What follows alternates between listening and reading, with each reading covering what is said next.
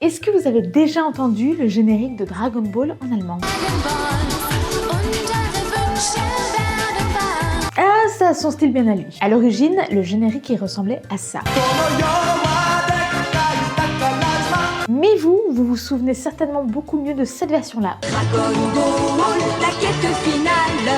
Eh bien ça s'appelle le principe de l'adaptation. En d'autres mots, dès qu'un dessin animé s'exporte à l'étranger, eh bien on l'adapte au pays où il s'exporte. Et c'est pas du tout une question de nationalisme mal placé. En réalité, c'est très important d'adapter le générique au pays où il s'exporte pour plein de raisons différentes. D'abord, l'une des raisons les plus importantes, la culture. Chaque pays a sa propre culture et donc parfois il est important d'adapter une musique en fonction du public local pour qu'il puisse s'identifier. Et ça a donc un impact direct sur la deuxième raison, le marketing. Un générique qui parle à son public, eh bien ça favorise grandement le succès de la série auprès du public. Tout est réfléchi. Tout. Il y a également une raison linguistique. S'adapter au public local, eh bien c'est s'adapter à sa langue. Toutes les langues n'ont pas le même rythme et surtout, elles n'ont pas les mêmes rimes. Il est donc parfois nécessaire d'adapter les paroles d'une chanson pour pouvoir l'adapter au mieux au public ciblé. Et là, je me pose une colle. Le générique d'Inspecteur Gadget en français, c'est ça.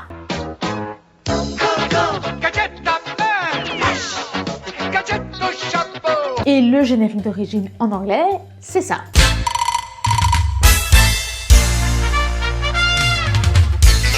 Alors si vous savez pourquoi est-ce qu'on est parti d'une musique où il n'y a absolument aucune parole et qu'on en fait une version française où on met plein de paroles, eh bien expliquez-moi en commentaire. Parce que je ne sais pas. En attendant,